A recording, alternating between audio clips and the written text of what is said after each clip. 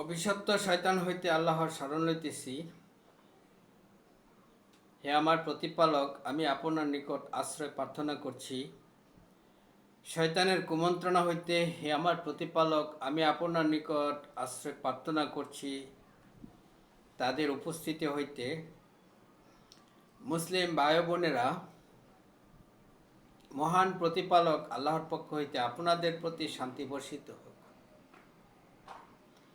কোরআন থেকে জানতে চাই, আমি মহিউদ্দিন।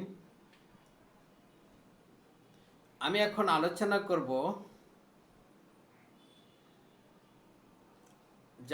আমরা যারা কোরআন মানি তাদের কোরআন থেকে কথা বলা উচিত নয় কি?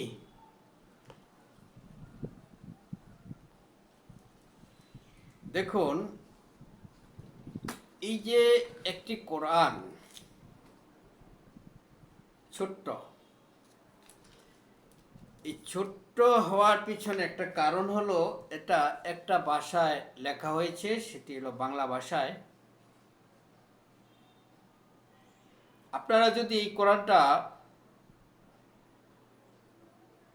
পড়তে চান, এই কোরআনটার মধ্যে কি আছে তা যদি জানতে চান, তাহলে আপনার নিজের ভাষায় কোরআনটা যদি পড়েন, তাহলে 10 থেকে 15 দিনের মধ্যে আপনি পুরো কোরআনটা পড়ে নিতে পারবেন আর জেনে নিতে পারবেন এর মধ্যে কি আছে কি নাই।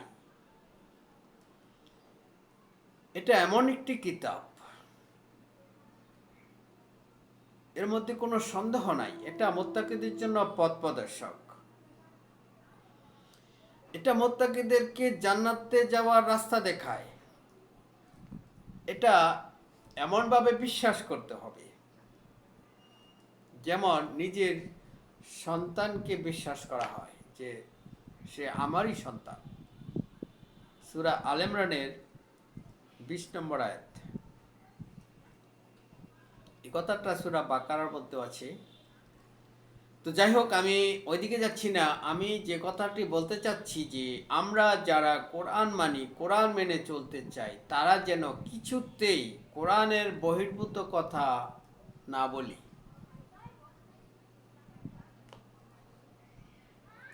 আল্লাহ রাব্বুল আলামিন বলেছেন সূরা হাক্কার 44, 45, 46 নম্বর আয়াত, আপনারা পড়ে দেখবেন। সেখানে আল্লাহ রাব্বুল আলামিন বলেছেন যে আল্লাহর প্রিয় বান্দা নবী মুহাম্মদকে উদ্দেশ্য করে বলেছেন, সে যদি নিজে থেকে কোনো কথা রচনা করে আমার নামে চালিয়ে দিত, তাহলে আমি তার ডান হাত চেপে ধরতাম, কেটে ফেলতাম তার দবনিকা শিরা। এমন কেউ নাই যে তাকে উদ্ধার করতে পারে।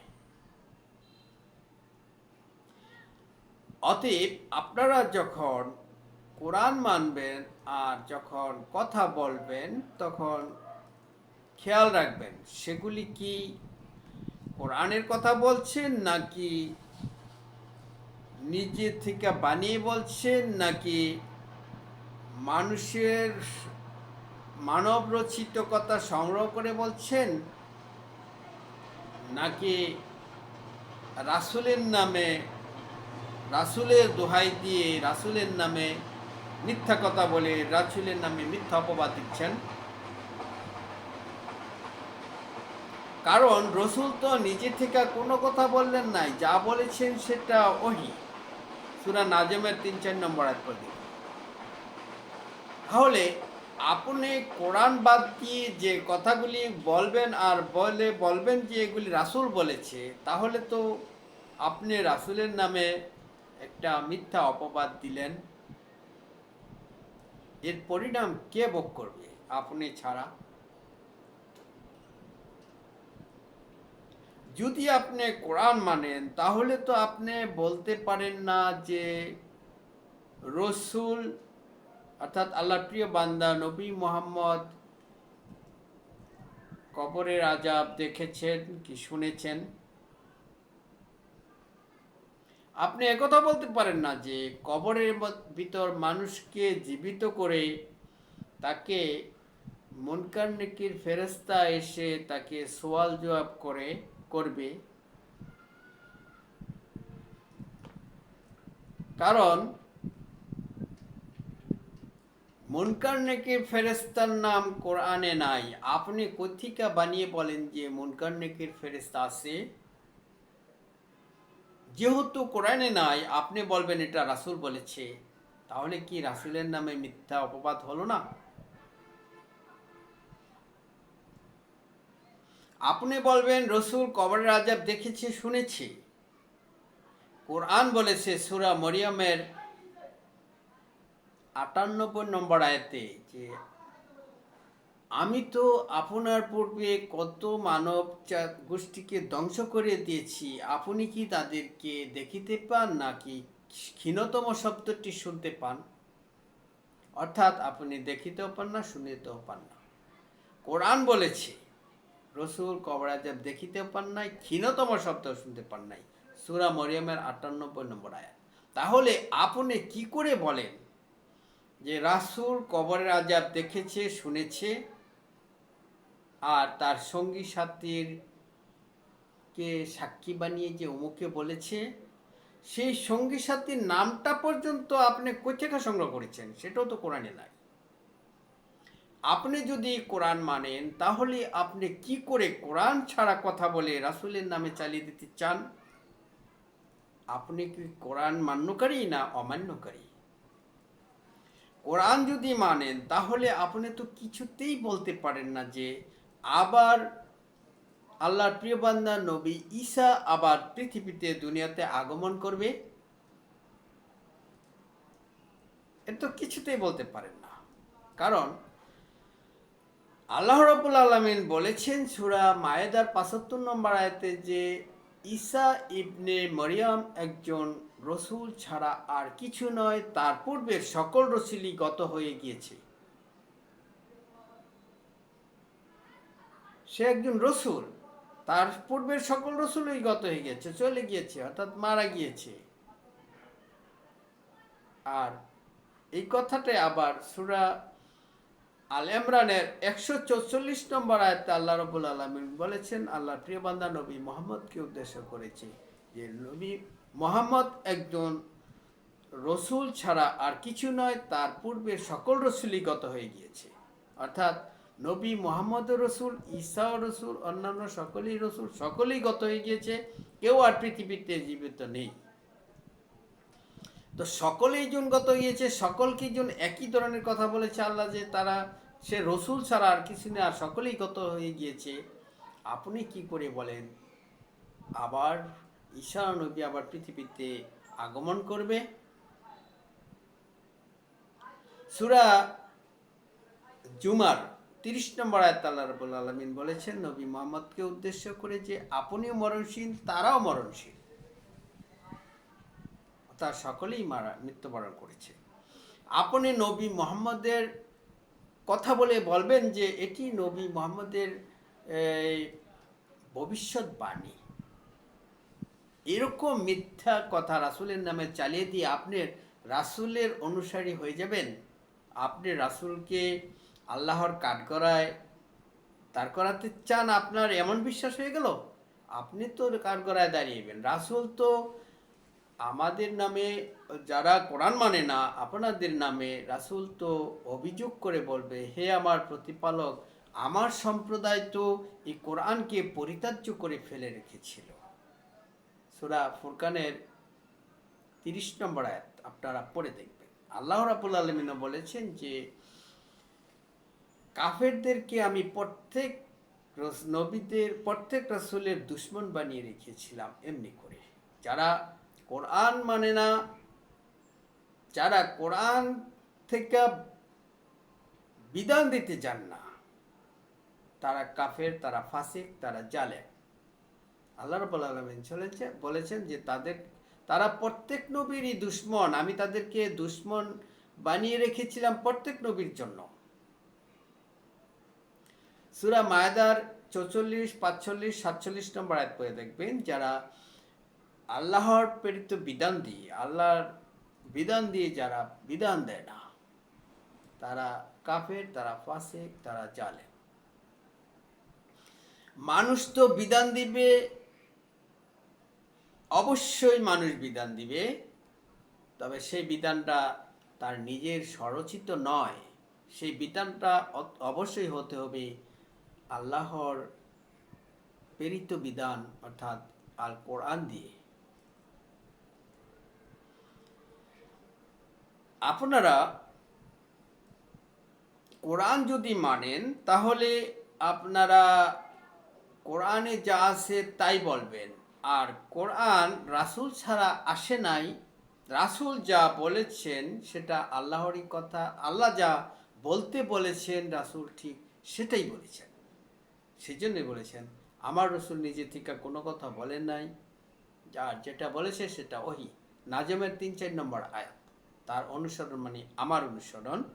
সে যদি নিজে থেকে কোনো কথা রচনা করে আমার নামে চালিয়ে দিত, আমি তার ডান হাত চেপে ধরতাম, কেটে ফেলতাম তার দবনিকা শিরা। এমত অবস্থা কেউ তাকে, এমন কি আছে যে তাকে উদ্ধার করতে পারে?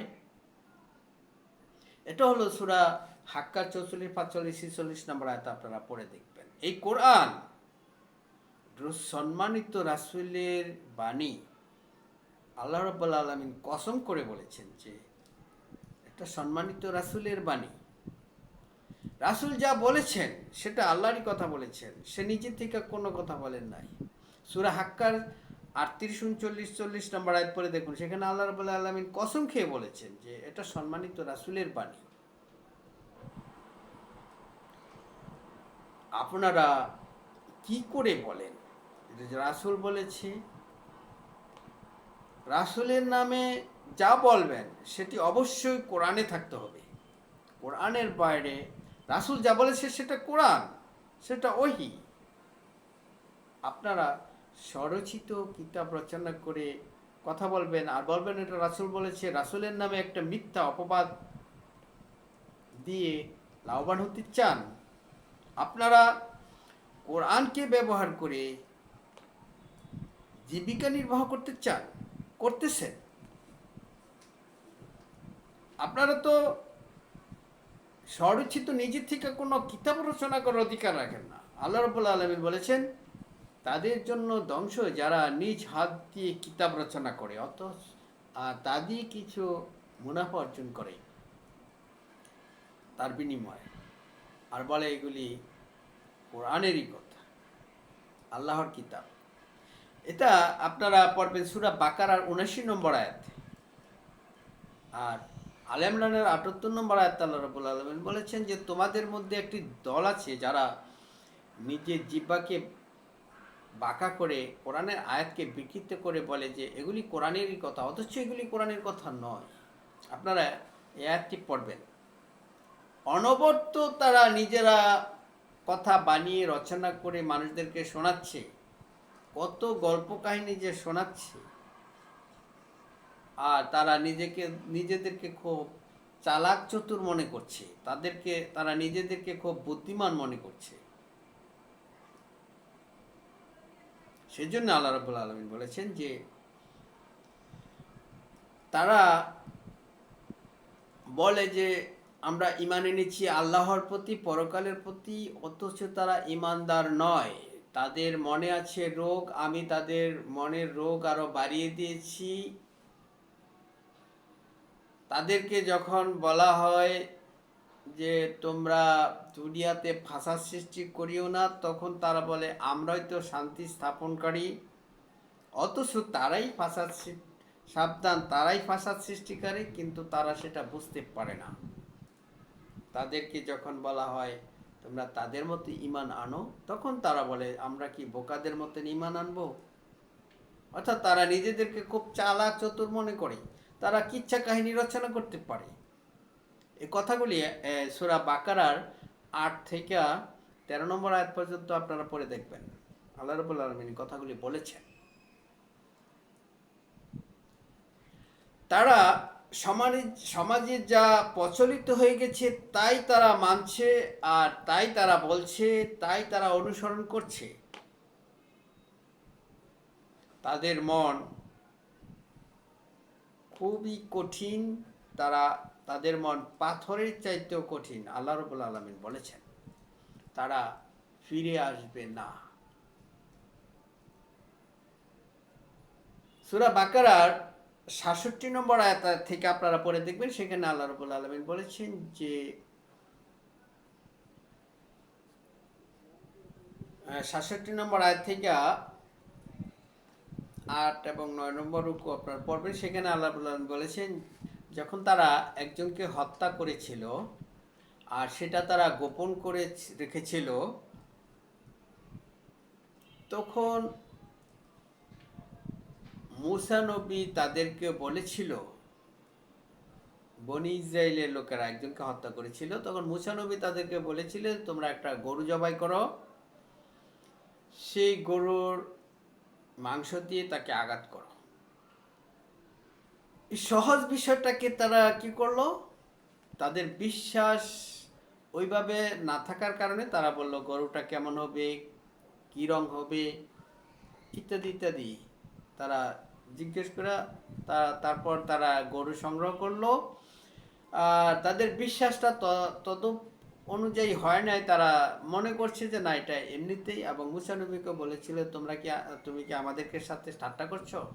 মুসা নবীও বলেছিল যে আমি এই অজ্ঞদের কাছ থেকে আল্লাহর কাছে পানা চাই।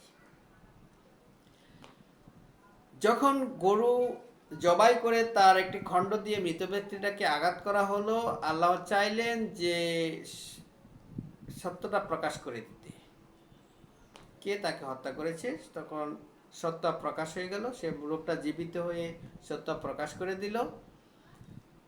এমনটি জানা সত্ত্বেও আল্লাহ রাব্বুল আলামিন বললেন যে তাদের মন কঠিন হয়ে গেল, পাথরের চাইতেও কঠিন। এমন পাথর আছে যা থেকে পানি নির্গত হয়, কিন্তু তার চাইতেও কঠিন তাদের মন হয়ে গেল। অর্থাৎ আল্লাহ রাব্বুল আলামিন এটা দিয়ে বুঝিয়েছেন যে তারা ঈমান আনবে না, তাদের মন খুবই কঠিন, তারা যা প্রচলিত হয়ে গেছে, যা তারা মেনে চলছে, তার মধ্যেই তারা প্রতিষ্ঠিত থাকবে। আমি কথাটা এই জন্য বলেছি যে দেখুন তো আমাদের সাথে মিল খায় কিনা। আমাদের মধ্যে প্রচলিত হয়ে গেছে যে আউযু বিল্লাহি মিনাশ শাইতানির রাজিম। আল্লাহ রাব্বুল আলামিন কোরআনের সূরা নাহলের ৯৮ নম্বর আয়াতে বলেছেন যে ফাইজা কারাতাল কোরআনা ফাস্তাইজ বিল্লাহি মিনাশ শাইতানির রাজিম। যখন তোমরা কোরআন তেলাওয়াত করবে, শুরু করবে, তখন তোমরা অভিশপ্ত শয়তান হতে আল্লাহর শরণ লইবে। এখন অভিশপ্ত শয়তান হইতে আল্লাহর শরণ লওয়ার জন্য যেই কথাটা আরবি দিয়া ব্যবহৃত হয় সেটি হচ্ছে ফাস্তাইজ বিল্লাহি মিনাশ শাইতানির রাজিম। আপনি যতই তাদেরকে বলুন যে কোরআন বলেছে যে এইভাবে আরবি দিয়া বলো ফাস্তাইজ বিল্লাহি মিনাশ শাইতানির রাজিম, কিন্তু তারা যেই কথাটা প্রচলন করে ফেলেছে, চালু করে দিয়েছে যে আউযু বিল্লাহি মিনাশ শাইতানির রাজিম, তারা কারা? যারা কোরআনের পাখি বলে নিজেদের দাবি করে। কোরআনের পাখিরা তারা বলে আউযু বিল্লাহি মিনাশ শাইতানির রাজিম। আউযু বিল্লাহ পাইলো কোথায় থেকে? এটা যদিও কোরআনে নাই, যদিও কোরআনের কোথাও নাই, তবু তারা এটা ছাড়তে পারবে না। কারণ তারা যেটা করে এসেছে সেটা যদি ছেড়ে দেয়, তাহলে তাদের মনের যে অহংকার, যে তারা বড় বুজুর্গ সেজেছে, সেই অহংকার ব্যঙ্গে চুরমার হয়ে যাবে। সেই জন্য তারা এটা ছাড়তে চাইবে না, যদিও সেটা কোরআনে থাকে। সেই জন্য আমি বলেছি, যারা কোরআন মানেন তারা কোরআন অনুযায়ী কথা বলেন, কিন্তু কোরআন ছেড়ে দিয়ে কিভাবে দাবি করেন যে আপনি কোরআন মানেন? কোরআনে যেহেতু আছে ফাস্তাইজ বিল্লাহি মিনাশ শাইতানির রাজিম, আপনি আরবি দিয়েই বলেন, তাহলে কেন বলেন আউযু বিল্লাহি মিনাশ শাইতানির রাজিম? গেল এই কথা। তারপরে আসেন সূরা আনআমের ৫৪ নম্বর আয়াত। সেখানে আল্লাহ রাব্বুল আলামিন বলেছেন যে যখন কোনো ঈমানদার মুমিন বান্দা তোমাদের তোমার কাছে আসে নবী মোহাম্মদকে উদ্দেশ্য করে, তাহলে আপনি বলুন সালামুন আলাইকুম। তো আসসালা পাইল কোথায় থেকে তারা? যদিও সেটা কোরআনে নাই, তারা তো চালু করে দিয়েছে আসসালামু আলাইকুম, কোরআনের পাখিরা। কিন্তু তাদেরকে আপনি যতই কোরআনের আয়াত দেখিয়ে দেন যে সালামুন আলাইকুম হলো কোরআন, আল্লাহ রাব্বুল আলামিন শিখিয়ে দিয়েছেন, সেটা আরবি ভাষা, শুদ্ধ ভাষা। যদি না বলেন তাহলে বাংলায় বলেন, আপনাদের প্রতি শান্তি বর্ষিত হোক, তাও বলবেন না। আপনারা যেটা রেওয়াজে পরিণত করে দিয়েছেন, যা শিখিয়েছেন, কোরআনে যতই থাকুক আপনারা সেটা মেনে নিতে চাইবেন না, চান না, পারেন না। কেন না? আপনারা দাবি করেন যে আপনারা কোরআন মানেন। প্রতিটা বিষয় এইভাবে নিজে থেকে রচনা করে আর বলছেন যে এগুলি কোরআনেরই কথা। সেই জন্য আল্লাহ রাব্বুল আলামিন বলেছেন যে তোমাদের মধ্যে একটি দল আছে যারা নিজের জিহ্বাকে বাঁকা করে কোরআনের আয়াতকে বিকৃত করে বলে, আর বলে যে এগুলি কোরআনেরই কথা, অথচ এগুলি কোরআনের কথা নয়। সূরা আল ইমরানের ৭৮ নম্বর আয়াত। আবার তারা বড় বড় বই পুস্তক কিতাব রচনা করে বলে যে এগুলি কোরআনের কথা, কোরআন তার ইসলামের কথা লিখছে। তাদের জন্য ধ্বংস, যারা নিজ হাতে কিতাব রচনা করে বলে যে এগুলি কোরআনের। সূরা বাকারা ৭৯ নম্বর আয়াত। তারা অসার বাক্য, বেহুদা কথাবার্তা সংগ্রহ করে মানুষদেরকে শোনায়, গল্প কাহিনী শোনায়। সূরা লোকমানের ৬ নম্বর আয়াত। আর তারা নিজেদেরকে খুব চালাক এবং চতুর মনে করে, বড় কিচ্ছা কাহিনী শুনিয়ে মানুষদের কাছে নিজেকে জ্ঞানী হিসাবে প্রকাশ করে। আপনি কোরআনের কথা বলে মানুষদেরকে শোনান বলে মানুষ আপনাদের কথা মেনে নেয়, আসলে তো এগুলি কোরআনের কথা নয়। আপনি কত গল্প বানাতে পারেন, তার চেয়ে বেশি গল্প তো বানাতে পারে তাবিজ বিক্রেতা, যারা ফুটপাতে তাবিজ বিক্রি করে। তারা আপনাদের চাইতে অনেক ইচ্ছা কাহিনী বানাতে পারে। যদি তারা সেগুলি কোরআনের নামে চালিয়ে দিত, তাহলে তারা আপনাদের কাছে, আপনারা তাদের সাথে পারতেন না। বাহাদুরি করার সুযোগ এটাই আপনাদের, যে আপনারা বলেন যে এগুলি কোরআনের কথা বলছি, রাসূলের কথা বলছি, অথচ এগুলি কোরআনের কথা নয়। সূরা আল ইমরানের ৭৮ নম্বর আয়াত অনুযায়ী বলছি।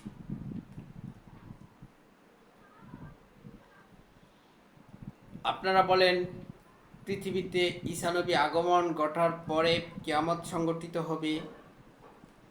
কোরআন বিরোধী কথা কেন বলেন? কার উপর ভরসা করে কোরআন বিরোধী কথা বলে আবার বলছেন এগুলি কোরআনের কথা বলছেন? ঈসা নবী রসুল, সকলেই রসুল, সকল রসুলই গত হয়ে গিয়েছে। তাহলে আপনারা এই কথাগুলি মানুষকে কেন শোনাচ্ছেন?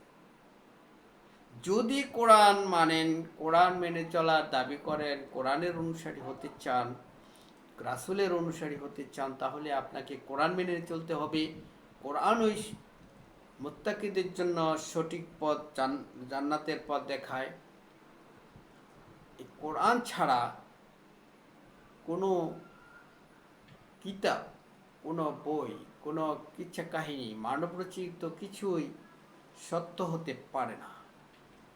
কোরআন হলো মহাসত্য। এই সত্য যখন কোনো মিথ্যার উপরে আঘাত করে, তখন সেই মিথ্যা টিকতে পারে না। সূরা ফুরকানের ২২ নম্বর সম্ভবত, যাই হোক, মিথ্যা ১৮ নম্বর আয়াত। এই যখন সত্য দিয়ে মিথ্যার উপর আঘাত করা হয়, তখন মিথ্যা, আল্লাহ রাব্বুল আলামিন সত্য দিয়ে মিথ্যার উপর আঘাত করেন। এই কোরআন হলো মহাসত্য।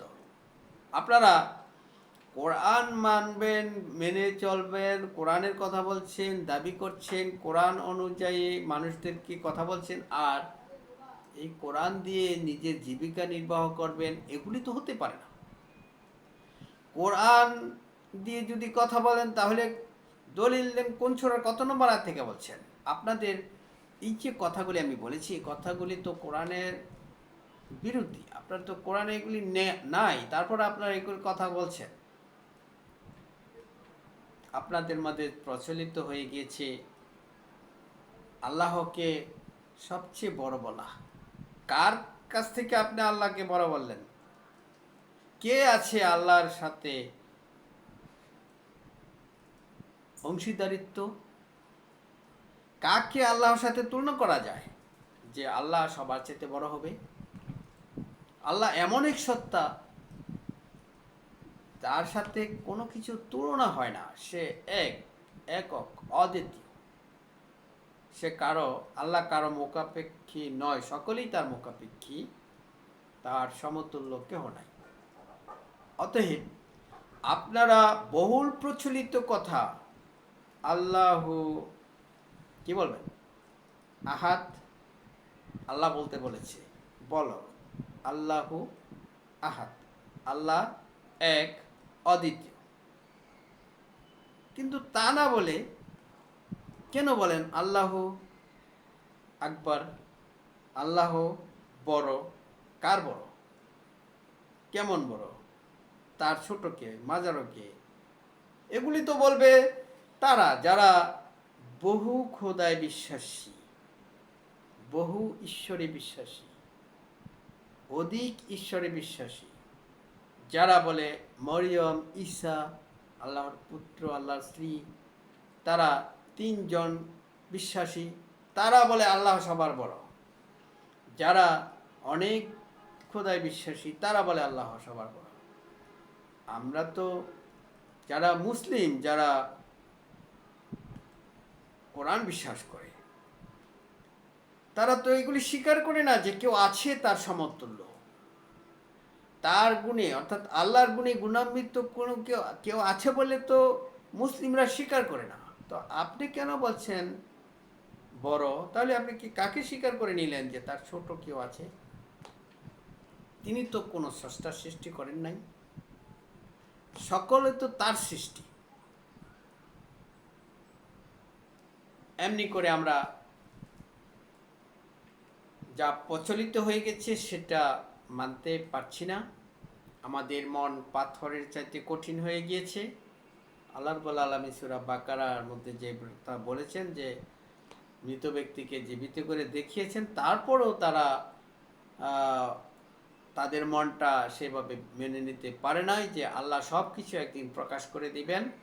যেমনি করে প্রকাশ করে দিয়েছেন, যে ব্যক্তিটাকে হত্যা করা হয়েছিল সেই হত্যাকারীকে তিনি প্রকাশ করে দিয়েছিলেন, ঠিক সেভাবে আবার প্রকাশ করে দিবেন সব কিছু।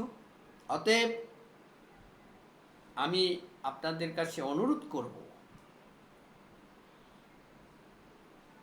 প্রচলিত মানবরচিত কিতাবাদি থেকে, ইতিহাস থেকে, নিজের কাল্পনিকভাবে মনের স্বরচিত, মন গড়া এই ধরনের কথা থেকে বিরত থাকুন। কোরআনে যা আছে তাই বলুন। মন বলেছে ঈসাকে শুলে চড়িয়ে হত্যা করেছে, আল্লাহ বলেছে তাকে হত্যা করে নাই, শুলেও চড়ায় নাই। মনের কথা বাদ দেন, মনকে মাবুদ বানাবেন না। আল্লাহ যা বলেছেন সেটাই সত্য। আর মানুষদেরকে আল্লাহ রাব্বুল আলামিন পরীক্ষা করেন, সে কি তার নিজের মনের কথা মানে নাকি আল্লাহর কথা মানে। আল্লাহ রাব্বুল আলামিন বলেছেন সূরা আনামের 116 নম্বর আয়াতে, নবী, আল্লাহর প্রিয় বান্দা নবী মুহাম্মদকে উদ্দেশ্য করে, যে আপনি যদি অধিকাংশ মানুষের কথা মেনে নেন তাহলে তারা আপনাকে বিপদগামী করে দেবে, আর তারা অনুমান ভিত্তিক কথা বলে, আর অনুমান সত্যের কাছেও নয়। এই কথাটা সূরা ইউসুফের